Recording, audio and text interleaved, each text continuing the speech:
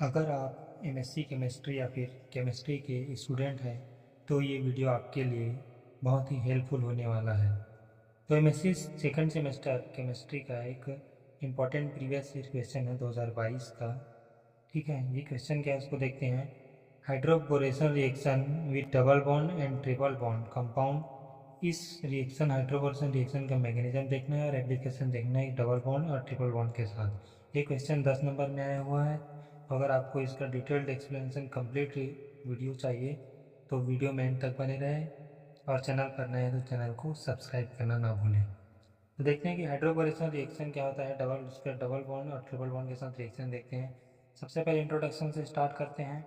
Hydroboration reaction जो होता है जिसमें हाइड्रोबोरेशन और ऑक्सीडेशन दोनों होता है। ठीक है, हाइड्रोबोरेशन ऑक्सीडेशन एक इम्पॉर्टेंट रिएक्शन होता है ऑर्गेनिक केमिस्ट्री में, जिसमें बोरेन जिसको BH3 से रिप्रेजेंट किया जाता है ऐड होता है across the carbon carbon multiple bond, और ये मल्टीपल बॉन्ड या तो एल्किन होगा या फिर एल्काइन होगा।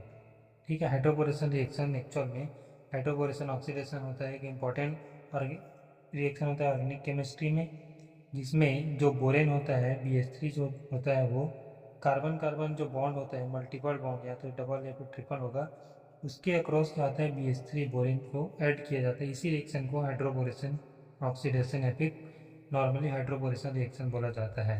और ये जो रिएक्शन होता है दो स्टेप में कंप्लीट होता है, दो मेजर स्टेप में कंप्लीट होता है। पहला जो होता है हाइड्रोबोरेशन होता है, दूसरा जो ऑक्सीडेशन होता है। हाइड्रोबोरेशन रिएक्शन में BH3 जिसको बोरेन बोलते हैं वो ऐड होता है अक्रॉस द पाई बॉन्ड, और ये पाई बॉन्ड या तो एल्किन होगा या फिर एल्काइन होगा। ठीक है, दूसरा स्टेप जो होता है ऑक्सीडेशन होता है।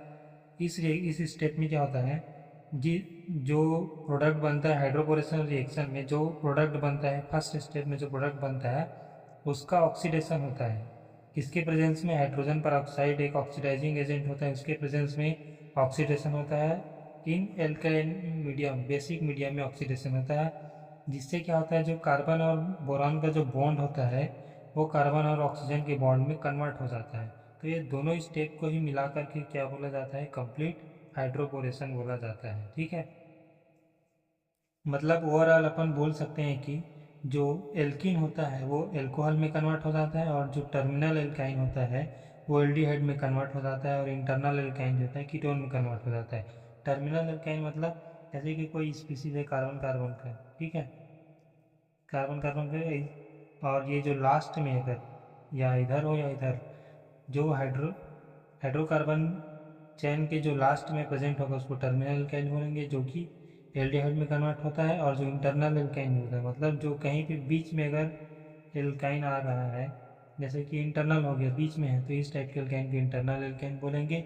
इसका जो हाइड्रोबोरेशन रिएक्शन होता है तो एक कीटोन में कन्वर्ट हो जाता है। ठीक है, अगर आपको इसी तरह से अच्छे से इजी वे में पूरे कॉन्सेप्ट को समझना है तो चैनल को सब्सक्राइब करें, वीडियो को लाइक करें और शेयर करें, और कंप्लीट वीडियो के लिए सब्सक्राइब करके बेल आइकन में ऑल का ऑप्शन प्रेस करना ना भूलें। Thank you for watching.